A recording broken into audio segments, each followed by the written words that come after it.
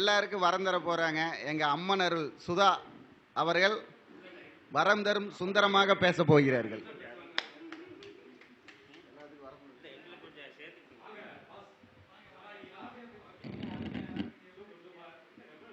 ஓம் ஸ்ரீ ஹரி ஓம் குருப்பியோ நமக. குருவாழ்க குருவே துணை. எனக்கு ஜோதிடம் கற்றுக் கொடுத்த அனைத்து குருமார்களுக்கும், என்னை ஆன்லைன் மூலியமாக வெளிக்காட்டி கொண்டிருக்கும் கரூர் ஆன்லைன் அஸ்ட்ரோ டிவி நிர்வாகிகளுக்கும், இந்த நிகழ்ச்சி வழங்கி கொண்டிருக்கும் லக்ஷ்மி பிரசன்ன ஜோதிடம் கவிதா லட்சுமி சகோதரி அவர்களுக்கும் நன்றியையும் பணிவான வணக்கத்தையும் தெரிவித்துக் கொள்கிறேன். ஜோதிடம் அப்படிங்கிறது ஒரு பெரிய கடல் போன்றதுங்க. இதில் எல்லா விஷயங்களும் கிடைக்குது. இதில் முற்றும் கற்றவங்க யாருமே கிடையாது. அனைத்து நபர்களுமே சின்ன லெவல் தான். நான்லாம் இன்னும் இப்போ மாணவராக தான் இருக்கிறேங்க. அந்த மாதிரி ஜோதிடம் உள்ளது. ஜோதிடம் நம்மகிட்ட வர்றவங்களுக்கு நாம் ஒரு நல்ல வழிகாட்டியாகவும், அவங்களுக்கு ஒரு நல்ல ஒரு பிரச்சனைக்கு தீர்வு கொடுக்கக்கூடிய ஒரு சூழல் அமைப்புலையும் நம்மகிட்ட வச்சுக்கணுங்க. அப்படி இருக்கிறப்போ நம்மகிட்ட வர்றவங்களுக்கு நல்லதே நடக்கணும் அப்படி சொல்லி தான் நம்ம அந்த இடத்துல உட்கார்றோம். அப்படி உட்கார்ந்து அவங்களுக்கு பலன் சொல்கிறப்போ, உண்மையான நம்ம குருநாதர் சொல்லி கொடுத்த வழிகாட்டுதல் பெரிய ஆத்மார்த்தமாக சொல்லும்போது அவங்களுக்கு நல்லதே நடக்கும். அவங்க உட்கார்ந்தோடனே நமக்கு அந்த சகுன நிமித்தங்கள் காமிக்கும். சகுன நிமித்தங்கள் காமிச்சு அவங்களுக்கு நம்ம அந்த பதிலை சொல்லலாம். உள்ளே வந்தோடனே டக்குன்னு நம்ம பிரசன்னம் பார்க்குறோம், அவங்க ஓரை பார்க்குறோம், அவங்க எதுக்காக வந்திருக்காங்கிறத நாம் எடுத்து ஒரு மனசுக்குள்ளே வச்சுட்டு தான் உட்காந்துருப்போம். ஒரு சிலர் என்னம்பாங்கன்னா சொல்லுங்க பார்க்கலாம் அப்படின்னு உட்காந்துருப்பாங்க. அந்த மாதிரி நபர்கள் வருவாங்க. நம்மளை செக் பண்ணக்கூடிய ஒரு நபர்களும் நம்மகிட்ட வருவாங்க. ஒரு சிலர் இதுதான் பிரச்சனை, எனக்கு நீங்கள் தீர்வு சொல்லுங்க அப்படின்னு உண்மையான ஆத்மார்த்தத்தோட நம்மகிட்ட கேட்பாங்க. அப்படி கேட்குறவங்களுக்கு நம்ம பலன் அந்த அன்னைக்கு எக்ஸ்ட்ரா வரும். நல்லாவே அவங்களுக்கு ஒரு வழிகாட்டுதலும் நல்லதும் நம்ம செய்யக்கூடிய ஒரு சூழல் அமைப்பு அதிகமாக இருக்குது. அந்த மாதிரி நம்மகிட்ட என்ன கேட்பாங்க அப்படின்னா, தொழிலுக்காக கேட்பாங்க, திருமணத்துக்காக கேட்பாங்க, வேலைக்காக கேட்பாங்க, படிப்புக்காக கேட்பாங்க, குழந்தை வேணும் அப்படிங்கிறக்காக கேட்பாங்க. இந்த மாதிரியெல்லாம் மக்கள் கேட்பாங்க. அதை நாம் கரெக்டாக அந்த நேரத்தில் ஹோரை பிரசன்னம் இந்த மாதிரி எடுத்து அவங்களுக்கு ஒரு நல்ல வழிகாட்டுதலை நம்ம சொல்கிறோங்க. அப்படி அனுபவத்தில் சொல்கிறோம். இப்போ வர்றவங்க என்ன நினைக்கிறாங்க அப்படின்னா, அவங்களே ஒரு ஃபிக்ஸ் பண்ணிக்கிறாங்க ஒரு முடிவு. அவங்களே இந்த பையனுக்கு தான் என் பொண்ணை கொடுக்கணும், வசதியான பையன், நல்ல பையன் அப்படின்னு சொல்லி முடிவு பண்ணிடுறாங்க. நம்மகிட்ட கேட்கும்போது எப்படி கேட்குறாங்க அப்படின்னா, இந்த ஜாதகம் பொருத்த வருங்களா அப்படின்னு கொண்டு முதல் கொடுப்பாங்க. அப்படி பார்க்கும்போது அந்த ஜாதகம் பொருத்தம் இல்லாமல் இருக்கும். நாம் சொல்லுவோம், இது கொஞ்சம் பொருத்தம் ஒத்து வரலீங்களே, இல்லை கொஞ்சம் நல்லா பாருங்க, எனக்கு தெரிஞ்ச பையன், வசதியான பையன், நல்ல பையன், எங்களுக்கு கொஞ்சம் சூட் ஆகிற மாதிரி இருக்குது அப்படிம்பாங்க. அப்படியெல்லாம் நம்ம பலன் பார்த்து சொல்ல முடியாது. நம்ம நம்மளுடைய கருத்தை அவங்களுக்கு சொல்லியே தான் ஆகணும். நல்லா இருக்குது நல்லா இல்லை அப்படிங்கிற விஷயத்த நம்ம அவங்கக்கிட்ட சொல்லி தான் ஆகணும். திருமண பொருத்தம் நான் பல தடவை சொல்லியிருக்கேன். ஜாதகத்தை விட திருமண பொருத்தம் பார்க்குறது தான் ரொம்ப கஷ்டங்க.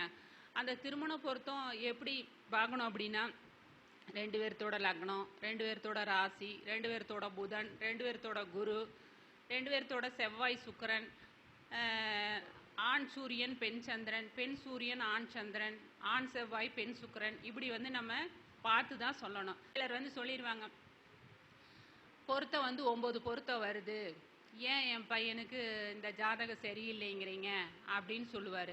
அப்படி சொல்லும்போது நம்ம எதுவுமே அந்த இடத்துல சொல்ல முடியாது, அவங்களுக்கு சொல்லி புரிய வைக்க முடியாது. பொருத்தங்கள் 9 பொருத்தங்கள் வருதுங்க, கிரக அமைப்பு படி இந்த ஜாதகம் சேர்த்த முடியாது அப்படின்னு நம்ம சொல்கிறோம். ஒரு ஜாதகத்தில் 2ஆம் இடம் 7ஆம் இடம் கெட்டு கிடக்குது, குடும்பஸ்தானம் அவுட்டு, கலஸ்திரம் வரப்போகிற மனைவி ஸ்தானம் அவுட்டு. அப்படிங்கும்போது அவங்களுக்கு வர்ற ஆப்போசிட் ஜாதகம் இதை ஈடுகட்டக்கூடிய ஒரு நல்ல ஜாதகமாக வரணும். 2, 7 நல்லா இருக்கிற ஜாதகமாக வந்தால் மட்டும்தான் நம்ம இணைக்க முடியும். 9 பொருத்தத்தை வச்சு இணைக்க முடியாது. அது அவங்களுக்கு புரியாது. என்னங்க 9 பொருத்தம் இருக்குது, நீங்கள் என்ன வேணான்னு சொல்கிறீங்க அப்படின்னு. அந்த மாதிரி நிறையா ஜாதகங்கள் நம்ம ரிஜெக்ட் பண்ணிகிட்டே தான் இருப்போம். பார்த்தோன்னே சொல்லிடலாங்க, டக்குன்னு கொண்டாந்து கொடுத்தேன்னா 1 செகண்டில் வேணாங்கிறீங்க, 9 பொருத்தம் இருக்குதும்பாங்க. ஆனால் அது சரியாக இருக்காது அந்த கிரக அமைப்பு. அப்போது நாம் அதை ரிஜெக்ட் பண்ணுறோம். அடுத்து வந்து காலம் இருக்கும். இந்த காலத்தில் தான் திருமணம் நடக்கும் அப்படின்னு ஒரு சூழல் அமைப்பு இருக்கும். ஆனால் அவங்க வந்து என்ன நினைப்பாங்கன்னா, இன்னும் நாங்கள் 1 வருஷமாக எடுத்துட்டோம், 2 வருஷமாக எடுத்துட்டோம், ஆனால் திருமணம் நடக்க மாட்டேங்குது, ஏன் நடக்க மாட்டேங்குது அப்படின்னு சொல்லுவாங்க. நான் சொல்லுவேன், வெயிட் பண்ணுங்க, இன்னும் டைம் இருக்குது அப்படின்னு நம்ம சொல்கிறோம். அந்த ஜாதகத்தில் இருக்கிற கிரகங்களை கோச்சார ராகு கேது, 7ஆம் அதிபதி கோச்சார ராகு கேதுவோ, பெண்ணுக்கு வந்து செவ்வாய் இருக்கிற இடத்த ராகுவோ கேதுவோ கடக்கும்போது, ஆணுக்கு வந்து சுக்கிரன் இருக்கிற இடத்த ராகுவோ கேதுவோ கடக்கும்போது திருமணம் செய்யக்கூடாது அப்படின்னு ஒரு சூழல் அமைப்பு இருக்கு. ஆனால் இவங்க கொண்டு வந்து கொடுத்துட்டு செய்யலான்னு சொல்லுவாங்க. செய்யலான்னு சொல்லும்போது எப்படி செய்யலான்னு செஞ்சால் பிரித்து விட்ரும். அது நம்ம ஜோதிடருக்கு மட்டும்தான் தெரியும். நம்ம வந்து அதை அவங்ககிட்ட சொல்ல முடியாது. இப்போதைக்கு செய்ய வேண்டாம், நேரம் சரியில்லை, லேட்டாக பண்ணுங்க அப்படிங்கிற ஒரு வழிகாட்டுதலை மட்டும்தான் நாம் கொடுக்க முடியும். பல முறை நான் சொல்லியிருக்கேன், ஜோதிடர்கிட்ட போய் உங்களோட கருத்தை திணிக்காதீங்க. என்ன வந்து எந்த டைமிங்கில் எனக்கு செஞ்சால் நல்லது நடக்கும்னு கேளுங்க. வீட்டை கிரகப்பிரவேசத்தை ஆரம்பிச்சுட்டு வந்து வீடு கட்டலாமான்னு கேட்குறது, தொழில் ஆரம்பிச்சுட்டு வந்து வீடு கட்டலாமான்னு கேட்குறது, தொழில் ஆரம்பிச்சுட்டு வந்து தொழில் செய்யலாமா அப்படின்னு கேட்குறது. நேற்று ஒரு ஜாதகம் வருது, சிம்ம லக்னம். சிம்ம லக்னத்துக்கு சுக்கிரன் தசை ஸ்டார்ட் பண்ணியிருக்கிறாரு. எங்கேருந்து ஸ்டார்ட் பண்ணியிருக்கிறாரு? தனுசுலேருந்து ஸ்டார்ட் பண்ணியிருக்கிறாரு. 5ஆம் இடத்துல, லக்னத்துக்கு 5ஆம் இடத்துல தசை நடக்குது. அந்த பொண்ணு ஓரளவுக்கு கடை பிடிச்சி பெரிய லெவலில் போட்டுருச்சு. கடையை போட்டுட்டு கேட்குறாங்க, தொழில் செய்யலாமா, இது பெரிய லெவலில் நான் செய்யலாமா அப்படின்னு ஒரு கேள்வி. சிம்ம லக்னத்துக்கு 10ஆம் அதிபதி சுக்கிரன், 3 குடையவர் மாரகாதிபதி சுக்கிரன், 10க்கு 8லேருந்து சுக்கிரன் திசை நடத்துகிறாரு. அப்போது தொழில் எப்படி செய்வாங்க இவங்க? தொழில் செய்ய முடியாது. அதுவும் பெண்கள் சம்மந்தப்பட்ட, ஆடை சம்மந்தப்பட்ட சாரி பிஸ்னஸ்ஸு, அது எப்படி அவங்களால செய்ய முடியும்? அந்த சுக்கிரன் கேது சாரம் வாங்கியிருக்காரு. அந்த கேது 12ல் இருக்குது. அப்படிங்கும்போது இவங்களால ஆடை சம்பந்தப்பட்ட தொழிலை செய்யவே முடியாது. 10க்கு 8ஆம் இடத்துல 5ஆம் இடத்துல இருந்து தசை நடத்துது.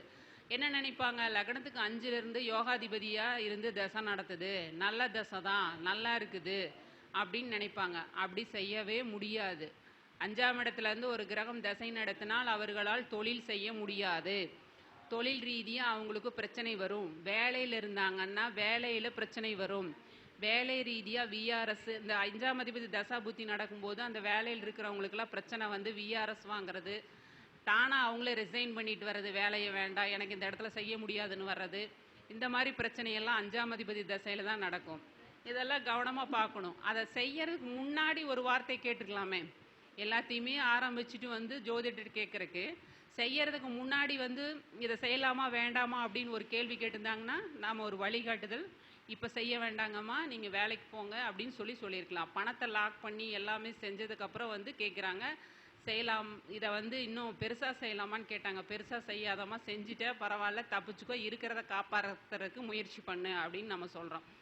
இது நம்ம சொல்லும்போது அவங்க என்ன நினைப்பாங்கன்னா, இல்லை இவங்க என்ன இப்படி சொல்கிறாங்க அப்படின்னு நினைப்பாங்க. ஆனால் அது அந்த செயல் நடந்து முடிந்ததுக்கு அப்புறம் தான் நம்மளோட அருமை தெரியும், ஜோதிடரோட அருமை தெரியும். அன்னைக்கே சொன்னாங்க, நம்ம செஞ்சுட்டோம் அப்படின்னு.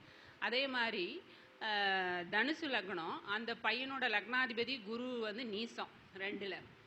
அவனுக்கு வந்து 9ஆம் அதிபதி, மகர தனுசு லக்னம் தான், 9ஆம் இடத்துலேருந்து புதன் தசை நடத்துகிறாரு. 9ஆம் இடத்துலேருந்து புதன் தசை நடத்துகிறாரு. அவன் வந்து எக்ஸ்போர்ட் செய்யலாமா அப்படின்னு கேள்வி. ஏன்னா செய்யவே முடியல, நான் நினச்சிட்டே இருக்கிறேன் ஆனால் செய்ய முடியலனால, தொழிலுக்குள்ளே போனாலே கடன் ஆகுது அப்படிங்கிறான். காலபுருஷனுக்கு 3க்கு 6 குடையவர் புதன். புதன் திசையில் நம்ம வந்து ரொம்பவே கவனமாக இருக்கணும். புதன் திசை வந்து எச்சா பண்ணுன்னு சொல்லி கடனை வந்து ஏற்படுத்தி விட்டு சிரமங்களை கொடுத்துரும். அப்படி இருக்கும்போது 10க்கு 9 12, 12லேருந்து தசை நடத்துது. அப்போது தொழிலுக்கு விரயஸ்தானத்துலேருந்து தசை நடத்துது. அப்போ உன்னால் எப்படி தொழில் செய்ய முடியும்?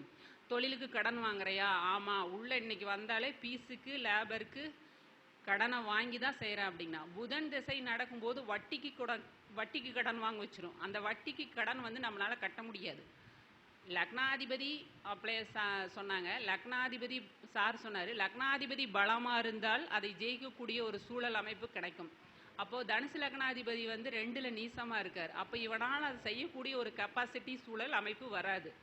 இதில் எக்ஸ்போர்ட் செய்யலாம் அப்படின்னு கேட்குறான். எக்ஸ்போர்ட் உன்னால் செய்ய முடியாது தம்பி, கொஞ்சம் தொழிலை வித்ட்ரா பண்ணிவிட்டு வேறு ஏதாவது கமிஷன் பேஸ் பண்ணி தொழில்கள் செய்யும், உங்கள் அப்பாவோட தொழிலை எடுத்து செய்யும், உங்கள் அப்பாவை முன்னிறுத்தி தொழில் செய்யி அப்படின்னு நம்ம வந்து வழிகாட்டுறோம். அப்பா கிட்டேயே போக மாட்டேங்கிறான். அப்போ எப்படி செய்ய முடியும்? தனுசு லக்னம், தனுசு ராசி இதெல்லாமே கொஞ்சம் வந்து என்ன சொன்னாலும் சரின்னு கேட்டுக்கும்.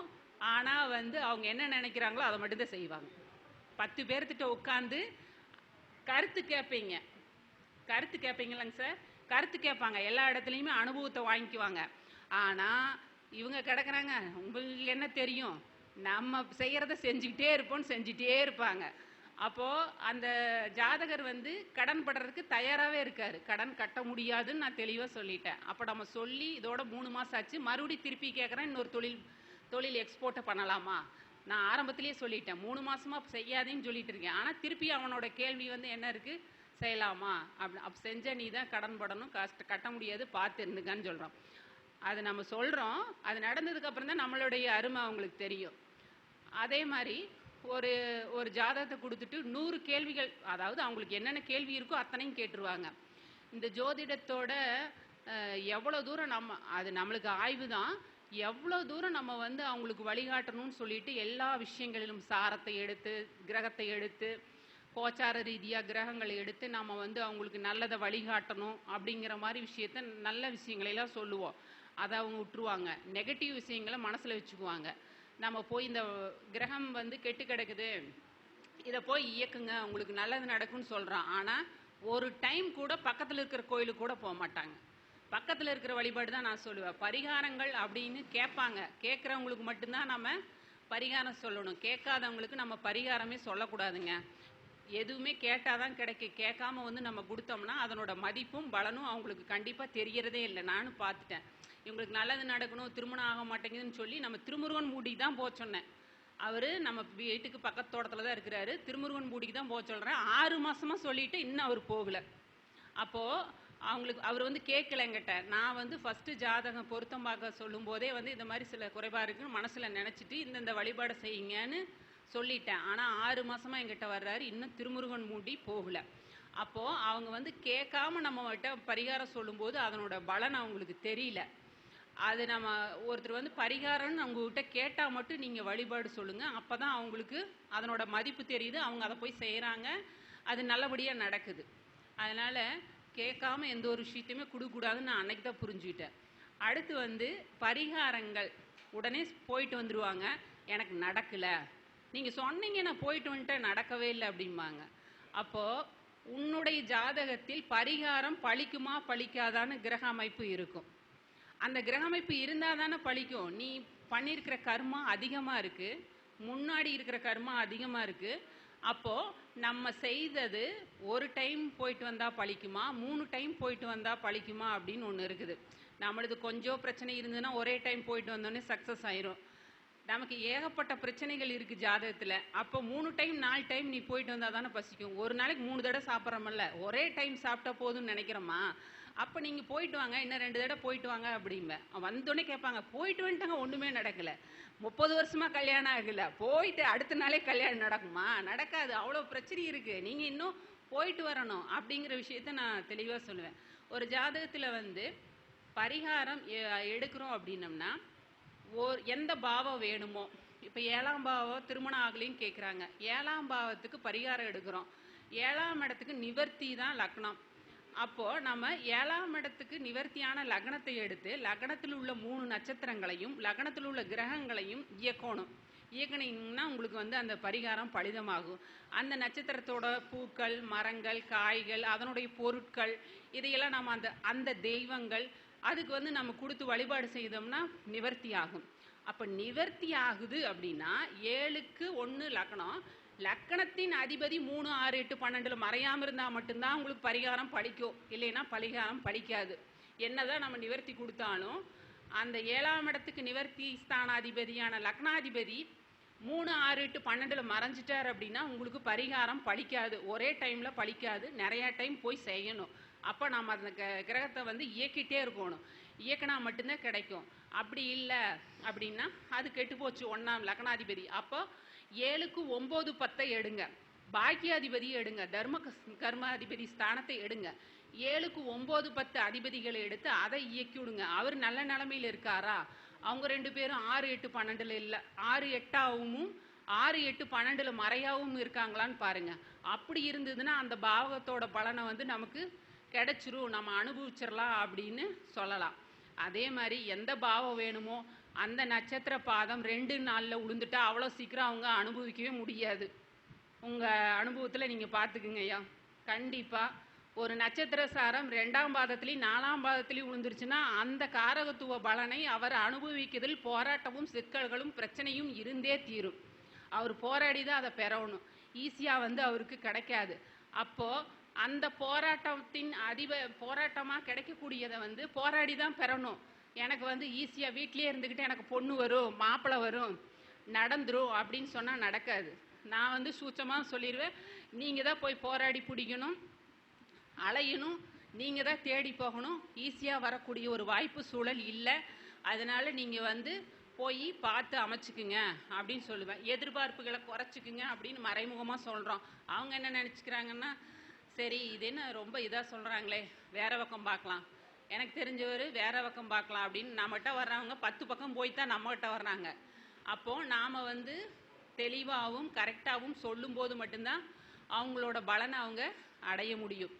வழிகாட்டுதலும் நம்மகிட்ட வர்றவங்களுக்கு நல்லது நடக்கணும் அப்படின்னு தான் எந்த ஒரு ஜோதிடருமே வந்து நினைக்கிறோம். ஜோதிடரை புரிஞ்சு நீங்கள் அவங்கள பயன்படுத்திக்கிங்க. உங்கள் விருப்ப இதுகளை வந்து ஓகே வாங்குறதுக்கு அவங்கக்கிட்ட வராதிங்க. இப்போது வீடு வந்து கட்டணும், பாலக்கால் போடணும்னு கேட்குறாங்க. ஆனி மாதம் போடக்கூடாது, உபய மாதத்தில் நம்ம செய்கிறதில்ல, ஸ்திர மாதங்களில் செய்யணும்னு நான் தெளிவாக முதல்ல நம்மளுடைய பாயிண்ட்டை சொல்லியாச்சு. ஸ்திர மாதங்களில் செஞ்சால் தான் நீண்டு நிலைச்சிருக்கும். நம்ம வந்து ஆணியில் செய்கிறதில்ல, ஆடியில் செய்கிறதில்ல, ஆவணியில் நல்ல நாள் தர்றேன் செஞ்சுக்குங்கன்னு சொல்லியாச்சு. ஆனால் அவங்க என்னங்கிறாங்க, சும்மா நமஸ்து பண்ணிக்கிறேன், சும்மா இதை வந்து ஒரு பூஜை போட்டு ஆரம்பிச்சுக்கிறேன் அப்படின்னு சொல்கிறாங்க. அப்போ வந்து நம்ம வந்து வழிகாட்டலாம். ஒரு தடவைக்கு 2 தடவை சொல்லிவிட்டேன், அவங்க கேட்கல, அப்போ சொல்லிவிட்டேன் உங்களோட விருப்பம், நீங்கள் என்ன நினைக்கிறீங்களோ அதை செஞ்சுக்குங்க. அவங்க செய்யும் தப்புக்கு ஜோதிடரை கூட ஒரு ஆளை சேர்த்திக்கிறாங்க. இப்போ இருக்கிற காலகட்டத்தில் அப்படி தான் நடக்குது. ஜோதிடர் சொல்லிட்டாரு அதனால நான் செய்கிறேன், நான் கேட்டுட்டேன் ஜோதிடர்கிட்ட அப்படின்னு. நீங்கள் யாராக இருந்தாலும் சரி, எந்த ஒரு செயலை செய்கிறதுனாலும் ஜோதிடர்கிட்ட வந்து எப்படி கேட்குறீங்கன்னா, இந்த காலகட்டத்தில் நான் செய்தால் நன்மை தருமா, எனக்கு வந்து எந்த டைமிங்கில் நீங்கள் நல்ல நேரம் எடுத்து கொடுங்க, நான் அந்த டைமிங்கில் செய்கிறேன்னு மட்டும் கேளுங்க. உங்களுடைய விருப்பங்களை திணிக்காதீங்க. இன்றைக்கே வேணும், ஒரே வாரத்தில் வேணும், ஒரே நாளில் வேணும் அப்படின்னு வந்து கேட்காதீங்க. அந்த மாதிரி கேட்டு செய்யாதீங்க. எனக்கு எது நல்ல நாளோ அதை சொல்லுங்கள், நான் செய்கிறேன் அப்படின்னு சொல்லி செய்யுங்க. அவங்க கண்டிப்பாக நல்ல நாள் எடுத்து கொடுப்பாங்க, நல்ல நட்சத்திரம் எடுத்து கொடுப்பாங்க. அதில் சூட்சமமான நேரங்களை உங்களுக்கு எடுத்து பயன்படுத்தி தருவாங்க. அதை முழு மனசோட நம்பிக்கையோடு செய்யுங்க. அதன் ரீதியாக உங்களுக்கு வெற்றியும் நல்ல லாபமும் கிடைக்கும் அப்படின்னு சொல்லி இந்த வாய்ப்பை வழங்கிய லக்ஷ்மி பிரசன்ன ஜோதிடர் கவிதாலட்சுமி அம்மா அவர்களுக்கு நன்றியையும் பணிவான வணக்கத்தையும் தெரிவித்துக் கொள்கிறேன். சுதா மேடத்துக்கு நான் ரொம்ப மிகப்பெரிய நன்றி சொல்லணும். அதாவது வந்து எனக்கு காலைல அவங்கள பார்த்தோன்னே வந்து இதுதான் உண்மையான அன்பு அப்படின்னு நான் ஃபீல் பண்ணேன். ஏன்னா நான் நைட் லேட்டாக தான் கூப்பிட்டேன் அவங்களுக்கு. இருந்தாலும் ஒரு சகோதரியாக வந்து முன்னாடி எனக்கு வந்து இன்னைக்கு வந்து இந்த மேடையை அலங்கரிச்சுக்க மிகப்பெரிய நன்றி. சுதா மேடம் அவர்களுக்கு காளீஸ்வரி அம்மா அவர்கள் மரியாதை செய்வார்கள்.